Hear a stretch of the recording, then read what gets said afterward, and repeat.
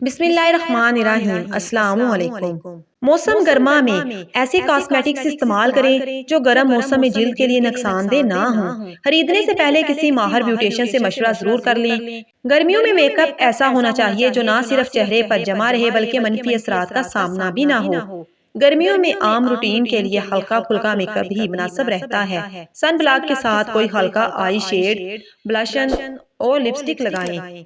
Eye makeup के हवाले से गर्मियों में हल्के ब्राउन कलर का आई शेड और हल्के लाइट सिल्वर कलर का हाईलाइटर आंखों को खूबसूरत बनाता है। जब बाहर धूप से आए तो चेहरे पर अर्के गुलाब का स्प्रे कर लें। स्प्रे वाली अर्के गुलाब मार्केट में आम दस्तयाब है। ढीले डाले लिबास जेबतन करें, हल्के रंगों का इंतखाब करें। कॉटन के कपड़े गर्मियों में बेहतरीन रहते हैं। सफेद रंग धूप से बचाता है, इसलिए बाहर निकलते वक्त सफेद रंग के लिबास को तरजीह दें और अपने आप को धूप के तमाजात से महफूज रखें। गर्मियों में रोजाना लिबास तब्दील करना बेहतर है, ताहम दूसरे दिन तो लाजमी लिबास तब्दील करें। छोटे बच्चों को भी हल्के फुल्के लिबास पहनाएं, इन्हें गर्म कपड़ों में लपेट कर हरगिज ना रखें। सुबह और दोपहर के वक्त खिड़कियों पर भी पर्दा डाल दें ताकि धूप अंदर ना आने पाए। इससे गर्मी की हिद्दत कम करने में मदद मिलेगी। नौजायदा से लेकर 4 साल तक के बच्चे इंतहाई हसास होते हैं, इसलिए इन्हें धूप और गर्मी की शिद्दत से बचाना चाहिए। वो बुजुर्ग जिनकी 65 साल से जायद उम्र है, उनमें गर्मी से लड़ने की सलाहियत बहुत मामूली होती है। गर्म मौसम की सख्ती का एहसास भी उनमें कम हो जाता है, मगर गर्मी उन पर अपना मनफी असर जरूर डालती है। फरबा अंदाम और जायद अलवजन अफराद भी गर्मी के बुरे असरात की जिद में ज्यादा रहते हैं, क्योंकि इनका मोटा जिस्म बैरूनी दर्जा हरारत को फौरन जज़ब कर लेता है और ज्यादा देर तक अपने अंदर महफूज रखता है।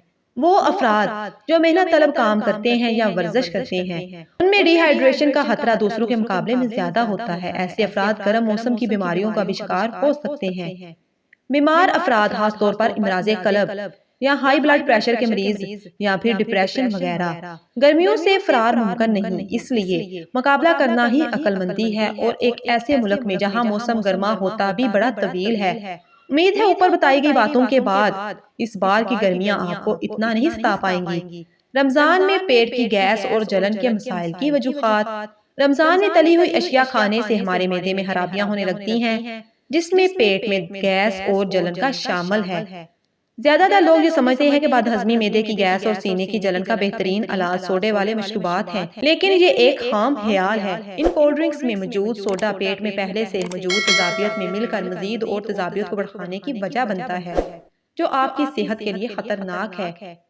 चाय या काफी में कैफीन पाई जाती है। कुछ लोगों को चाय या काफी की ऐसी लत लगी होती है कि जब तक वो चाय या काफी ना पी ले, उनके सर में दर्द होने लगता है। कैफीन के अंदर यह खसूसियत मौजूद होती है कि वो मैदे में जाकर इसके अफाल को सुस्त कर देता है।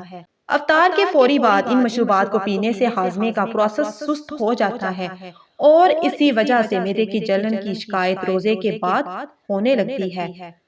रमजान में ज्यादातर बनने वाले खाने मसालेदार होते हैं, इनमें मिर्चों की तादाद बहुत ज्यादा होती है। सहरी और अफ्तारी में ज्यादा खाने मिर्चों वाले ही बनाए जाते हैं, जो कि पेट में होने वाली गैस, सीने में होने वाली जलन की बदतरीन वजह बनते हैं। रोजे की हालत में इंसान का मैदा काफी देर तक खाली रहता है। इस दौरान मैदे की दीवारें मुकम्मल तौर पर तेजाब खारिज करती हैं, जिसकी वजह से मैदे की तेजाबियत की शरह में इजाफा होता है।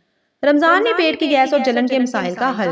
कुछ चीजें आपको रमजान मुबारक में पेट की गैस और जलन जैसे मसाइल से बचने में मदद देती हैं, जैसे खुराक की मकदार और इसका तरीकाकार। माहिरीन तिब का कहना है कि अगर आपको मैदे में तेजाबियत या सीने में जलन वगैरह महसूस होती है तो आपको अपनी खुराक की मकदार को कम करना है और खाना आपको देर तक चबा चबा कर अच्छी तरह से खाना चाहिए।